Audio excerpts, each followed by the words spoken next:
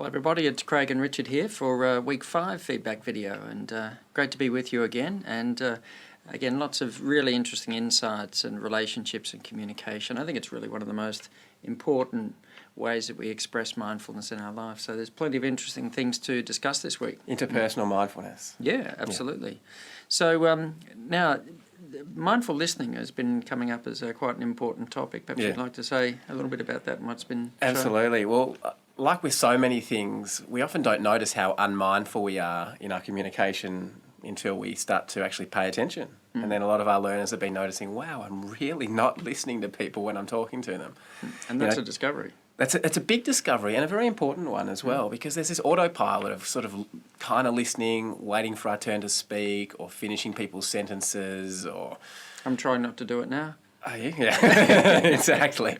And so without noticing that, we just play it out. And of course that has, significant impacts on our relationships, level of connection, not hearing what people are saying. And so a lot of our learners actually have been noticing themselves doing that as the first step and starting to practice something different, which is just actually listening. Yeah, I can remember one time running a training program for psychologists, and between the first and the second workshops, one of the psychologists said, well, I've been sitting in a consulting room for years and never realised that I hardly ever hear the answers to the questions I ask, because while the person's answering the question, I'm trying to be smart and 2 and 3 questions ahead, or rehearsing what I'm going to say at the end of the consultation. She said, it's just so much hard work mentally. Yeah. And she said, stop doing that and just ask the question, then just stop and listen to the answer. And she said it was really interesting because the next question asked itself directly from what the person had said. She didn't need to be ahead of the conversation. She needed to be in step with it.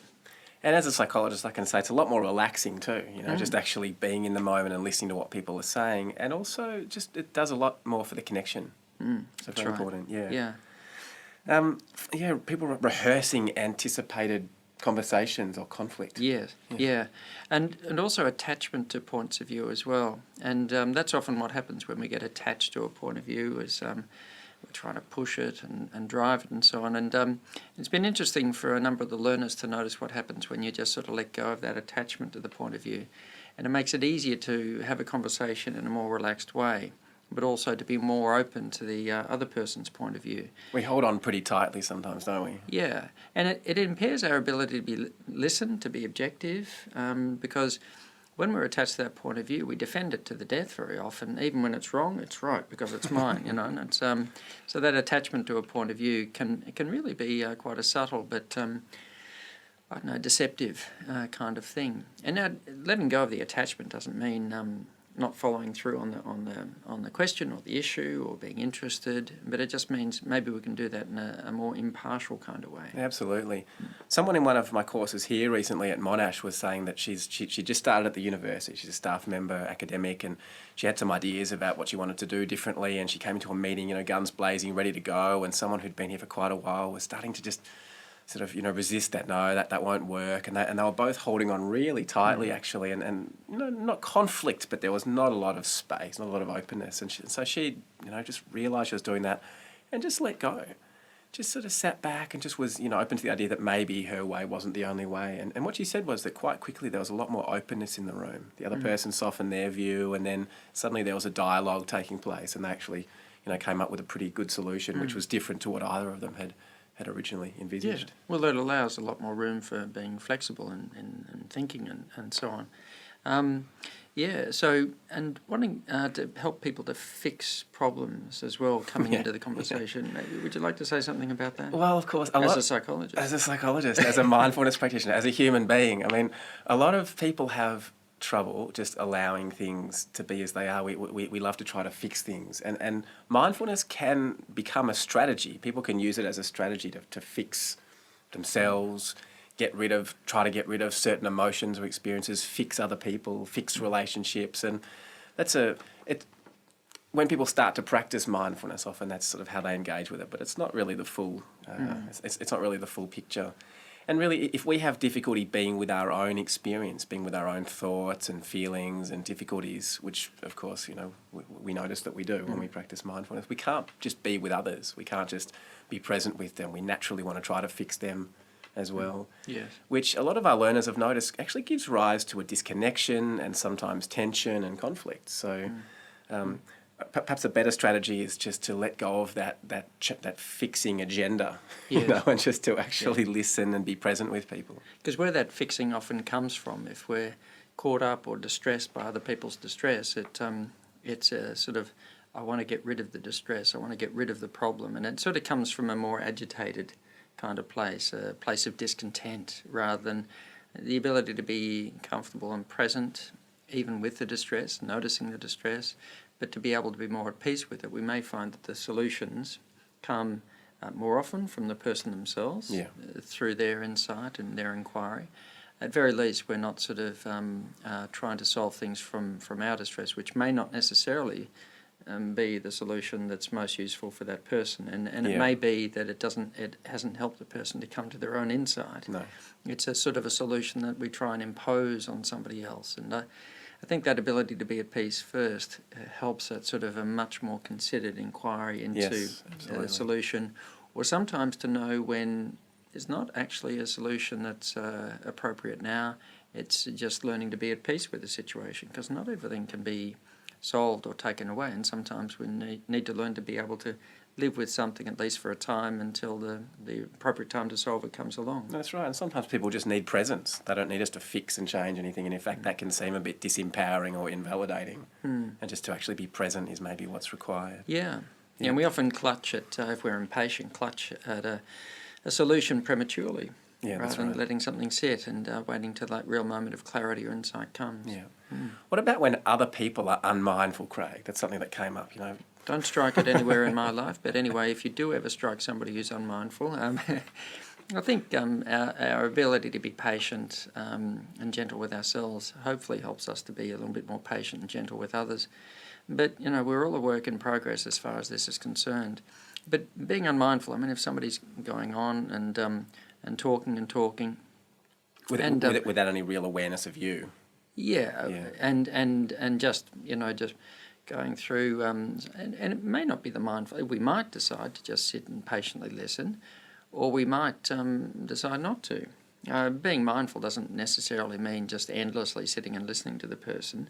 We might recognise that it's time to get on with our life and do something different, and then maybe we're not even serving that person very well by just sort of enabling that. Yeah, it sort of just helps a person to get back into an old habit of talking without really paying attention to what they're saying, let alone paying attention to the other person.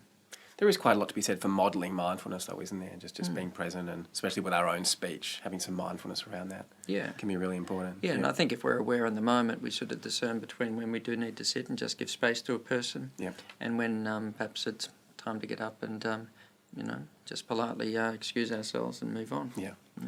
Something else that came up was how to work with people when they're angry. If somebody's quite angry, how do we practice acceptance around that? Without that becoming sort of problematic. And obviously acceptance it's not resignation, and it's not enabling. If someone's being actually abusive towards us, to be mindful with that wouldn't just be to allow that abuse.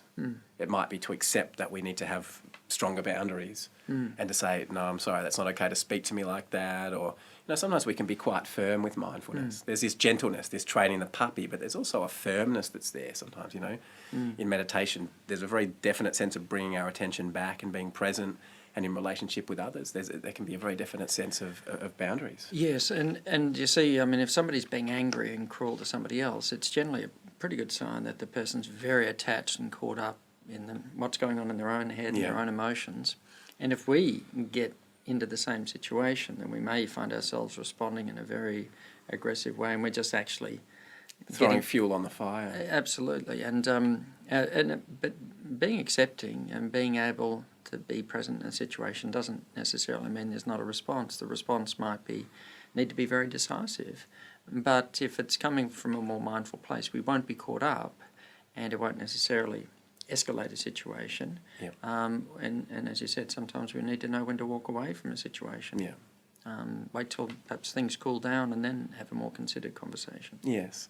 And of course, we mentioned in the week on compassion that, when people are happy, they tend to be really easy to be around. And so if you start to see that the people in your life who are really difficult, tend to be quite unhappy people, sometimes compassion can naturally arise. And in Yeah. fact, a lot of our learners were talking about compassion this week. Did you want to say something about that? Well, yeah, it's I think it is a really natural part of the development of mindfulness, is that a natural sort of feeling of compassion for others as we develop a little bit more compassion for ourselves. And very often we notice that behind our own insensitive things there's often fear or worry or anxiety or something else, and we start to actually see that for ourselves, but we start to see it in others as well. And so I think that development of compassion is actually a natural side effect. Yes. When you share an emotion, compassion means to share an emotion, but when you're actually present with somebody else, you actually, in a sense, connect with the emotional state. Yes. Hopefully not caught up in it, but aware of it and can feel it. Yeah, and a lot of learners mentioned that they were caring for other people as well, you know, for parents or sick children, and of course, mindfulness has taught them a lot about what's happening for them there. Yeah, that's right, to care. I guess there's a kind of care that's a care plus worry, a care plus attachment, which is very different to care in a mindful way, which is through awareness, through being present. But the forgiving nature of we have our difficult moments and everything else, and just to learn and move on, I think is really important. Yeah. And empathy has come up a lot as well. That's right.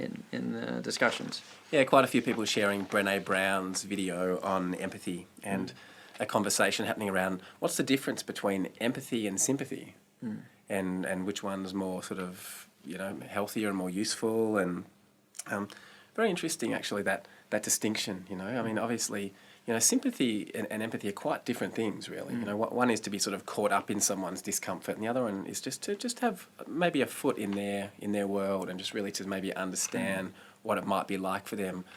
Empathy, of course, but without necessarily being caught up in it or sort of overwhelmed by it. And I think mindfulness gives us a very powerful tool for really listening, not just with our ears, but with all of our senses, and really kind of, tuning into people and getting a sense of what things are like for them, but in a way where we're not overly identifying with it. Yes. There's not a detachment. We're not about being sort of detached and you're over there suffering. In a cut-off sort of dissociated way. No, it's very much not about that. In fact, it's about being very connected, but at the same time, not being overly identified, not reacting, not taking it on and getting caught up in that. I think there's a fine line too between the whole sense of knowing what somebody else is experiencing, and every person's experiences are particular to them, are individual, and on one level we can't know what somebody else is going through, in a sense, because we haven't had their total life and their total internal world. But we all have these universal experiences. Everybody's experienced anger, fear, frustration, attachment, and all of these kinds of states.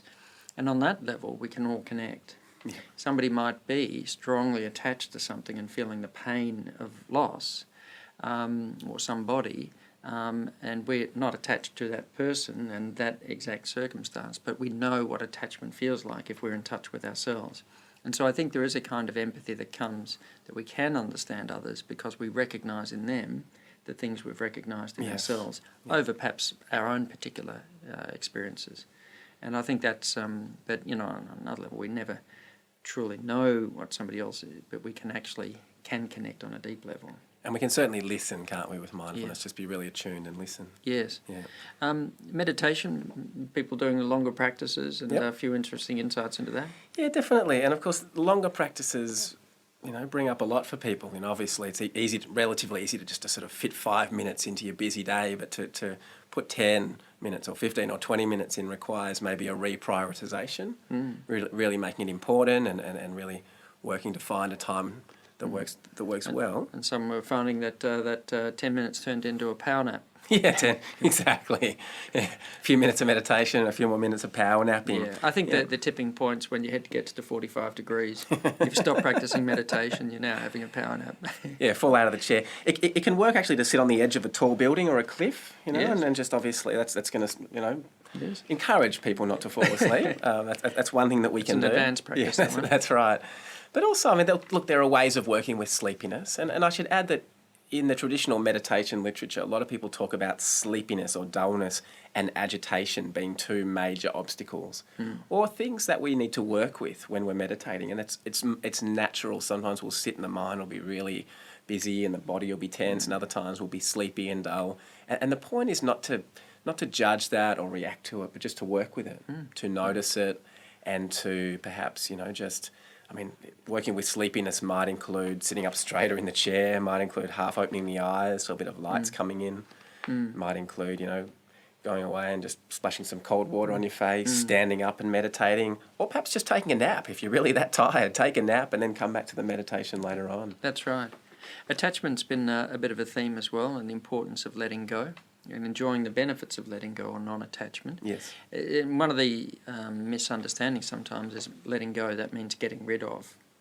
Letting go of attachment to possessions doesn't necessarily mean getting rid of them, or attachment to an emotion doesn't mean trying to get rid of the emotion, but the attachment to it all of a sudden frees us up, even in the presence of that emotion. There's a relief, isn't there, of freeing up that happens. Yeah, we feel it physically and mentally. Yeah.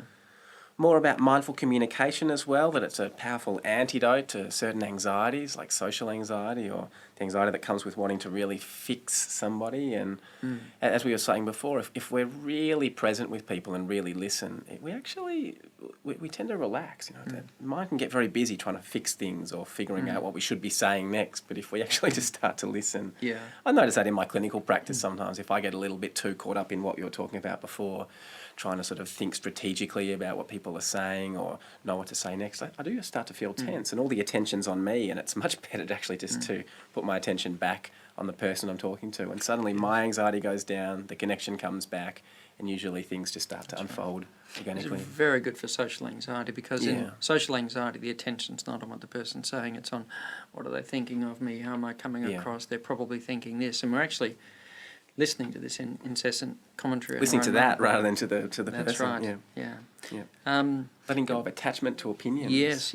I guess we've discussed a little bit about that, and perhaps there's not more that we need to add to that, but empowering others by listening instead of solving problems was a theme that came up. Yeah. Well, related to what we were just talking about before, if we're trying to solve other people's problems, as well as missing out on the connection with that person, maybe making ourselves really anxious and stressed out, it can actually be quite disempowering as well to try to fix other people, to give them solutions, to give them suggestions. And sometimes just letting people talk or just being really present with them, they start to find their own solutions. Yes. And of course, if that comes from inside, that's going to be much more sustainable and powerful. Yeah. Just briefly, a lot of people noticing in the formal practice, it's getting easier, noticing more, and that this is translating into their day-to-day life, which is excellent. And vicarious stress came up as a big theme as well. That's right. And I think this relates to a lot of what we've been talking about, is getting less caught up in other people's distress, which makes it a lot easier. Yeah, to be able to really listen and empathise, but not to get caught up in it. Yeah. So thank you again for all the great activity on the discussion boards, and thank you for your contributions and efforts, and we'll look forward to being with you next week for the final of our feedback videos. Yep.